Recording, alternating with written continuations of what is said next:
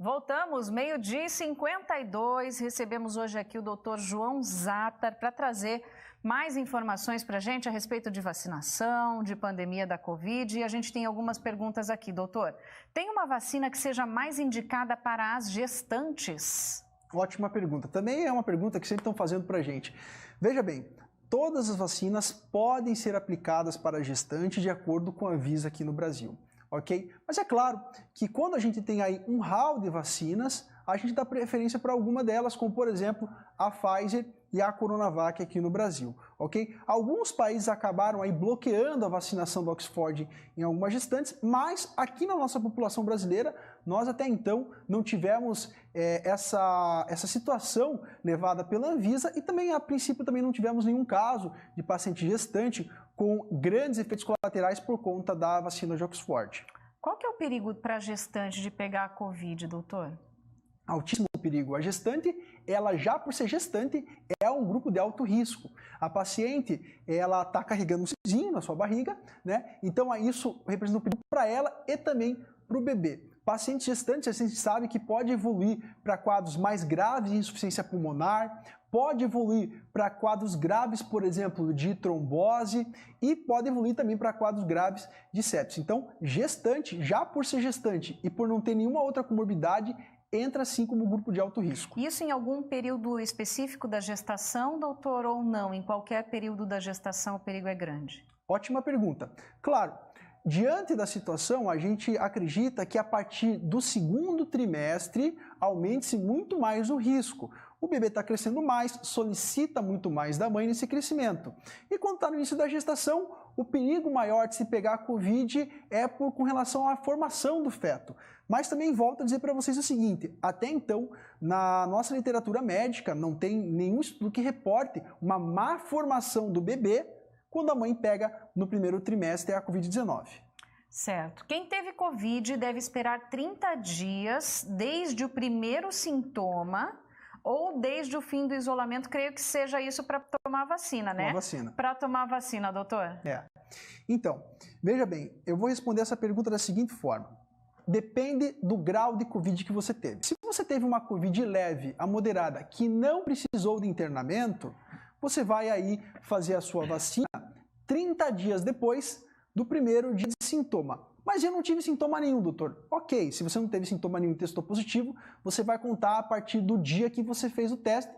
30 dias você pode fazer a tua vacina. Agora, se você ficou internado, se você foi para a UTI, se você foi entubado, nesse caso, obviamente que é particular de cada pessoa. Nesse caso, o teu médico vai lhe orientar melhor. Mas para a grande maioria das pessoas, 80% aí que não teve Covid grave, espera 30 dias do primeiro dia de sintoma. Doutor, agora eu vou pedir para o senhor salvar as esposas que às vezes têm que arrastar o marido para tomar vacina, porque chega a vacina na sexta-feira, os homens não querem vacinar, porque diz que tem que parar de tomar bebida alcoólica 24 horas, 36, 72. Quem tomou vacina pode ingerir? Você não faz ideia, Diana, da quantidade de pessoas que me perguntam isso, ainda mais agora final de semana. É uma enxurrada de gente.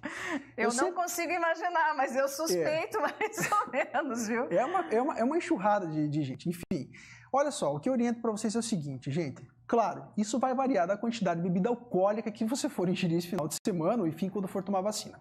Não há nenhum estudo ainda que diga que não se pode beber logo após tomar a vacina ou logo antes de tomar a vacina, que ela vai perder a eficácia. Mas o que eu oriento para os meus pacientes? Tente ficar pelo menos 3 dias depois de tomar a vacina sem ingerir bebida alcoólica. Até porque a gente sabe que os efeitos colaterais normalmente da vacina, elas ocorrem até 72 horas depois. Imagine se você estiver utilizando álcool aí numa quantidade não tão moderada quanto a gente espera. Se você tiver dor de cabeça, se você tiver dor no corpo, você não vai saber se foi por causa do álcool, se foi por causa da vacina, vai virar uma banana que só. Então, eu sempre peço para meus pacientes o seguinte, se você puder segurar, segura uns 3 dias depois de tomar a vacina. Tá certo. Agora, quem tem bronquite asmática pode ter reação maior à vacina, doutor? Não há nenhum estudo que diga isso pra gente. Quem tem bronquite asmática que vai ter uma reação maior. Claro que existem graus de bronquite asmática. Pacientes com um grau leve ou moderado não tem problema nenhum. Aqueles pacientes com grau grave de bronquite asmática que estão fazendo uso, por exemplo, de corticoide por longo prazo, é interessante antes conversar com o médico de fazer a vacina. Mas até então não existe nenhum estudo que nos diga que há maior risco. Doutor, uma outra questão aqui, já vou pegar esse aqui, mas é uma dúvida que também é muito comum.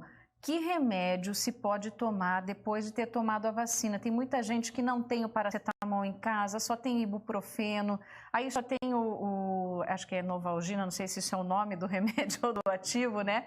Mas quais são os medicamentos que podem ser tomados para diminuir aqueles sintomas, né, que você tem depois de ter tomado a vacina?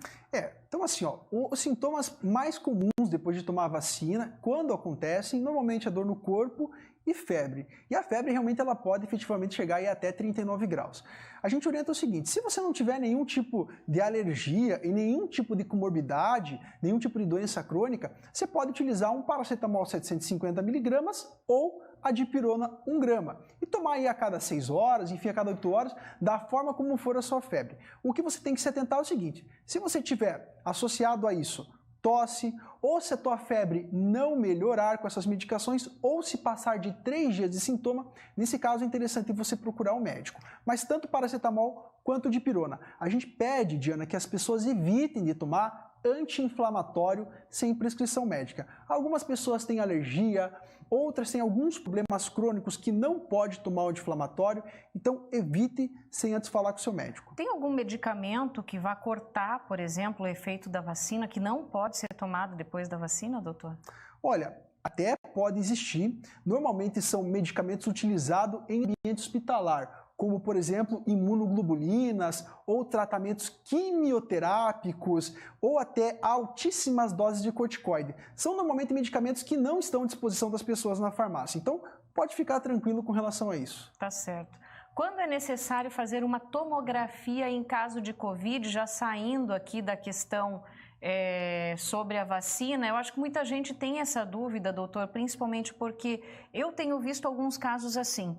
As pessoas não conseguem vaga de internamento e aí acabam voltando com o paciente para casa e muitas vezes não sabem o que fazer, a pessoa com muita falta de ar, às vezes os sintomas são até noturnos, eu não sei se existe algo que agrave esses sintomas quando é noite, mas para saber quando é preciso fazer essa tomografia. Tá. Bom, primeiro eu quero deixar claro para você que está nos assistindo que é o seguinte, nós médicos tratamos o paciente e não o exame, ok?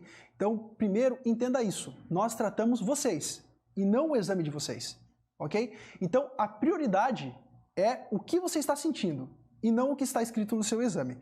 Depois disso, a gente vai entender o teu exame. Veja bem, claro que fazer tomografia é uma particularidade que cada paciente vai ter mediante ao exame médico, ok?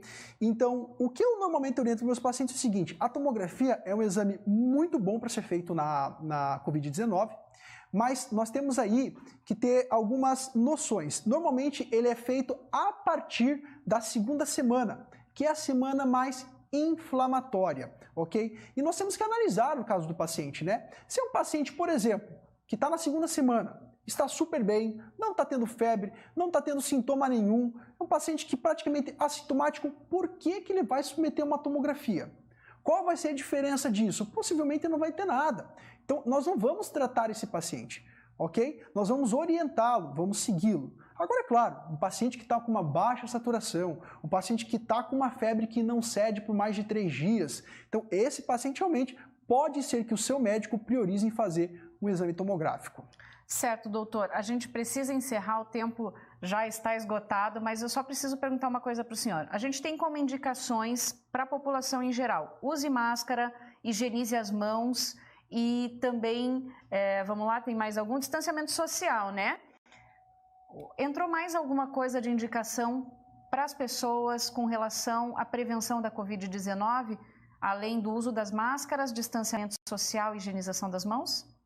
Diana, por que pareça, depois de 1 ano e tanto de pandemia, os cuidados devem ser o mesmo de antes, né? O que nós pedimos agora é principalmente um reforço com relação à utilização da máscara. Nós sabemos que tem muitas pessoas que estão trabalhando e precisam trabalhar, isso nós entendemos, mas pelo menos tentem respeitar a utilização da máscara e sempre, se possível, Está utilizando uma máscara que não seja aquela máscara 3M ou a N95, tente pelo menos colocar 2 máscaras, uma em cima da outra, que você tenha uma proteção melhor. Então, o que eu sempre peço para eles é o seguinte, tudo bem, não pode evitar tanto o isolamento social porque precisa trabalhar, mas pelo menos utiliza a máscara. O pessoal me lembrou aqui, ambiente ventilado ajuda? Muito. Ambiente ventilado, não só para a Covid-19, né, Diana? H1N1 está aí. E provavelmente vai chegar agora no inverno. Então, outra indicação, tentar manter as janelas e portas abertas assim que possível. Doutor, muito obrigada mais uma vez por sua presença aqui. Engrandece muito o nosso programa. Muito obrigada. Obrigado, bom Diana. Trabalho. Torço para que a gente saia logo disso, de coração. E graças a Deus, aqui em Paranaguá, o pessoal tem feito um trabalho excelente com relação à vacinação. Então, se Deus quiser, logo, logo a gente sai disso esse ano ainda. Tá certo, obrigada.